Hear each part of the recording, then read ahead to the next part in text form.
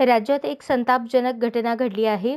22 वर्षीय तरुणीचे तिच्या एक्स बॉयफ्रेंडने 5 मित्रांच्या मदतीने अपहरण केले आणि त्यानंतर 4 जणांनी तिच्यावर सामूहिक अत्याचार केला। ही धक्कादायक घटना भिवंडीतील शांतीनगर पोलीस ठाण्याच्या हद्दीत घडली असून पोलिसांनी 6 आरोपींविरुद्ध गुन्हा दाखल केला आहे। आतापर्यंत केवळ एकाच आरोपीला अटक झाली आहे। उर्वरित आरोपी अद्याप फरार आहेत। पोलिसांनी दिलेल्या माहितीनुसार पीडित तरुणी आणि मुख्य आरोपी हे दोघेही एका गावातील रहिवासी आहेत।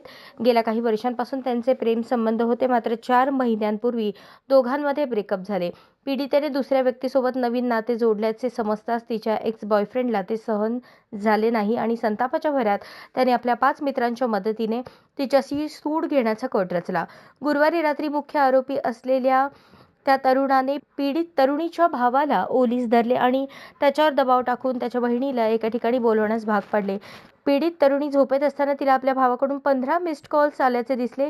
रात्री 6:15 वाजता तिने फोन उचलला असता भावाने ताप असल्याचे सांगून तिला एका ठिकाणी येण्यास सांगितले। ही तरुणी तातडीने रिक्षाने त्या ठिकाणी पोहोचली, मात्र तिथे तिच्या भावासह तिचा एक्स बॉयफ्रेंड आणि त्याचे 5 मित्र आधीच थांबले होते। त्यांनी तिच्या भावाला आणि रिक्षा चालकाला बेदम मारहाण केली। त्यानंतर जबरदस्तीने तरुणीला रिक्षात बसवून आरोपींनी तिला एका शाळेच्या मागील जंगलात नेले।